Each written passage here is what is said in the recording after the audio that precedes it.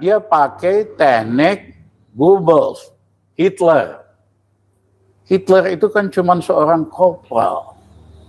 Ahli propaganda Hitler namanya Goebbels yang selalu mengajarkan setiap hari beritakan kebohongan, nanti jadi kebenaran. Jadi dengan menggunakan buzzer-buzzer berbayar, influencer, rakyat kita dicekokin terus dengan ketidakbenaran, dengan kebohongan, dengan fakta-fakta palsu. KKN zaman Jokowi ini lebih ganas, lebih vulgar dibandingkan zaman Pak Harto. Di hati Jokowi tidak ada rakyat, tampangnya sangat merakyat. Kita ketipu dengan tampangnya. Tetapi hatinya oligarki, juga bangun dinasti politik. Si Gibran itu udah dirancang sejak pemilihan wali kota di Solo bahwa dia akan dipersiapkan untuk jadi wakil presiden. Benar-benar vulgar dan bejat apa yang dilakukan oleh Jokowi. Menurut saya dan Pak Amin, kondisi objektif perubahan sudah tiba. Waktunya kita menyelesaikan, menghentikan pelanggaran terhadap Undang-Undang Dasar kita.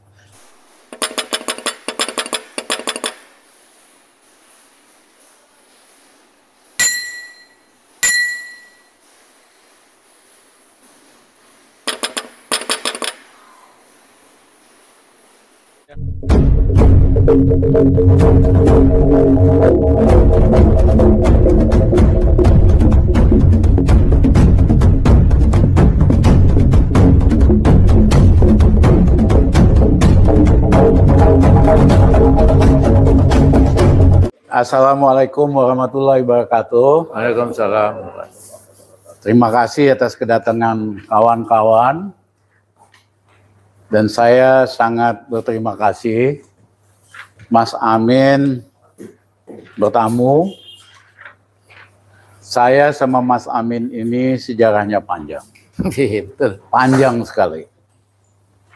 Kami berdua pada waktu itu sama-sama memperjuangkan agar supaya Freeport manfaatnya lebih besar untuk rakyat Indonesia.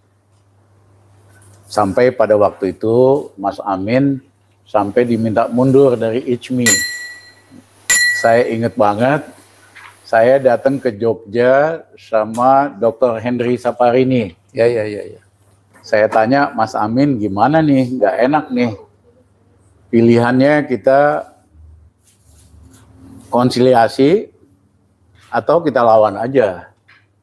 Nah, saya nggak nyangka Profesor Amin Rais pada waktu itu masih lebih muda.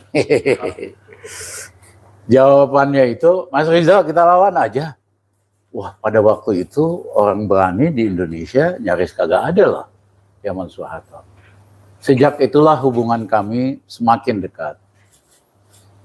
Yang kedua, menjelang kejatuhan Pak Harto, Pak Amin betul-betul jadi leader dari perubahan dan reformasi. Kami bantu apapun yang kami bisa bantu supaya terjadi perubahan di Indonesia. Karena kita dua-duanya itu sangat tidak suka dengan sistem otoriter. Kita ini pro-demokratik lah. Yang kedua, sangat nggak suka dengan KKN. Dua ciri utama Orba. Akhirnya, seperti teman-teman ketahui, akhir April 98, tidak ada yang percaya Pak Harto bisa jatuh. Masih sangat kuat. Tapi apa yang terjadi, 11 Maret 98, Pak Harto kepilih, sebulan kemudian jatuh. Terima kasih terhadap peranan Mas Amin, tokoh-tokoh mahasiswa, dan rakyat kita. Nah, ada honeymoon reformasi setelah itu. Zaman Habibie yang semakin memperkuat demokrasi, pers nggak usah pakai siup-siup, membebaskan semua tahanan politik, dilanjutkan sama Gus Dur, dilanjutkan oleh SBY, Bu Mega dulu. Mega. Ya. Tetapi begitu Jokowi berkuasa, tokoh yang tidak pernah berjuang sedikit pun untuk menegakkan demokrasi, begitu dia kuasa 2014, justru demokrasi dia preteli. Caranya, lihat aja indeks demokrasi Indonesia merosot berapa puluh poin. Yang kedua, lembaga-lembaga anti korupsi yang kita dukung dari dulu seperti KPK dilemahkan.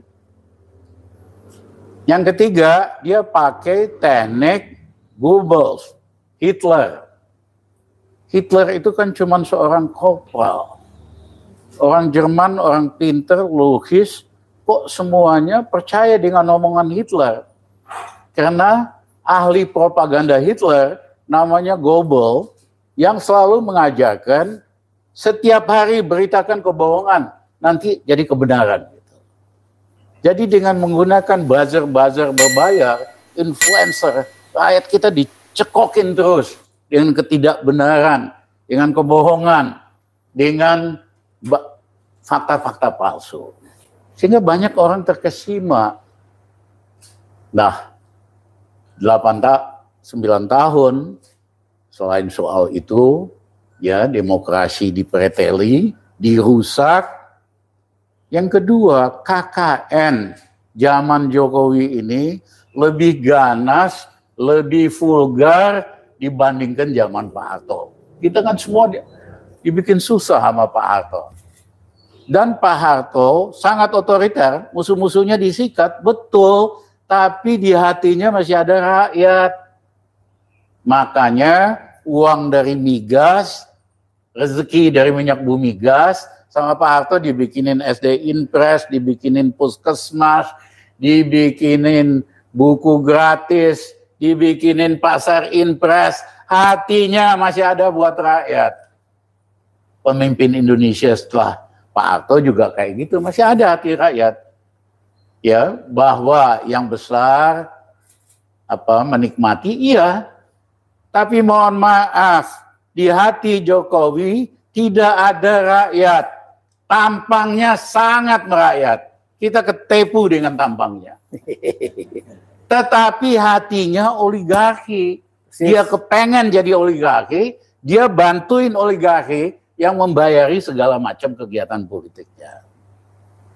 Itulah yang mengakibatkan bahwa tujuan dari kemerdekaan kita, Mas Amin, tujuan dari reformasi dikhianati. Tujuan reformasi kan sederhana, tegakkan demokrasi, hapus KKN, bikin rakyat makmur. Dia nggak bisa deliver. Yang ada dia bikin rakyat semakin miskin. Ya, karena hatinya itu nggak ada buat rakyat. Tampangnya doang, selfie-nya doang sama rakyat, sama petani. Yang dia lakukan, subsidi pupuk untuk petani dihapuskan, dikurangi. Yang dia lakukan import terus.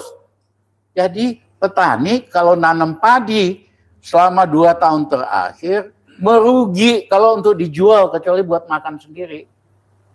Sektor tanaman pangan tumbuhnya minus 3,19%. Artinya mengkerut. Kenapa? Karena apa yang dia pidatokan pro petani, selfie sama petani, hanya slogan dan pencitraan doang. Kebijakannya anti petani. Beda sama Pak Harto, beda sama Gus Dur, dan yang lain-lain. Jadi saudara kawan-kawan, yang ketiga dia bangun dinasti KKN. Anak-anaknya ini KKN semua, dari mana? Ya, konglomerat swasta mau nyumbang 150 miliar, Mas Amin, hanya buat bisnis pisang goreng doang. Jakarta Selatan banjir sama pisang goreng dengan duit segitu. Ada konglomerat yang nyumbang 100 miliar hanya buat cendol. Jakarta Selatan banjir sama cendol, Mas Amin. Itu namanya trading influence, dagang kekuasaan bapaknya yang didagangin. Lebih ganas dari Tommy Soeharto. Tommy Soeharto ngaco bisnis setelah Pak Harto kuasa 15 tahun. Ini baru 7 tahun udah kebablasan. Ya. Dan tidak hanya membangun kerajaan dinasti bisnis lewat KKN, tapi juga bangun dinasti politik. Si Gibran itu udah dirancang sejak pemilihan wali kota di Solo bahwa dia akan dipersiapkan untuk jadi wakil presiden. Jadi wali kota hanya 3 tahun. Makanya undang-undangnya ini akan coba diubah, diturunkan umurnya. Iya kan? Benar-benar vulgar dan bejat apa yang dilakukan oleh Jokowi ini. Dia pikir Indonesia ini kerajaan yang dia mau bangun kembali. Dia lupa dengan sejarah pada saat kemerdekaan kita, raja-raja di Nusantara menyerahkan hartanya untuk bangun republik, menyerahkan kerajaannya untuk bangun republik. Raja Jogja menyerahkan hartanya untuk membiayai perang melawan Belanda. Sultan Tidore punya pilihan oleh PBB. Satu, kamu gabung sama Belanda. Yang kedua, kamu merdeka sendiri. Yang ketiga, kamu gabung Republik Indonesia. Sultan Tidore memilih yang ketiga. Kebayang nggak kalau Sultan Tidore waktu ikut Belanda bisa-bisa lebih makmur, merdeka. Wah, kekayaan alamnya banyak, nikel segala macam nih, maritim pasti lebih kaya. Teman-teman kebayang nggak kalau Sultan Tidore waktu itu nggak gabung Republik Indonesia? Sepertiga Indonesia bolong dari Tidore, Papua sampai Papua. Indonesia bolong sepertiganya. Jokowi nggak ngerti sejarah, tidak pernah belajar sejarah yang benar, tidak ngerti bahwa tokoh-tokoh kemerdekaan kita berjuang dengan keringat, darah, supaya bikin republik. Enak aja lo mau bikin dinasti kerajaan baru, siapa lo? Mohon maaf, Mas Amin, ya, saya terpaksa ngomong kayak begini. Belak-belakan. Nah, kita sepakat nanti Mas Amin jelaskan perubahan udah waktunya tiba. Ya, karena kalau kondisi objektif udah matang, kita nggak suka perubahan pun akan terjadi. April 98, siapa yang percaya bahwa Soeharto bakal jatuh? Jatuh tuh sebulan doang. Ya, tapi kalau kondisi objektifnya belum tiba, ya susah lah. Menurut saya dan Pak Amin, kondisi objektif perubahan sudah tiba. Waktunya kita menyelesaikan, menghentikan pelanggaran terhadap Undang-Undang Dasar kita.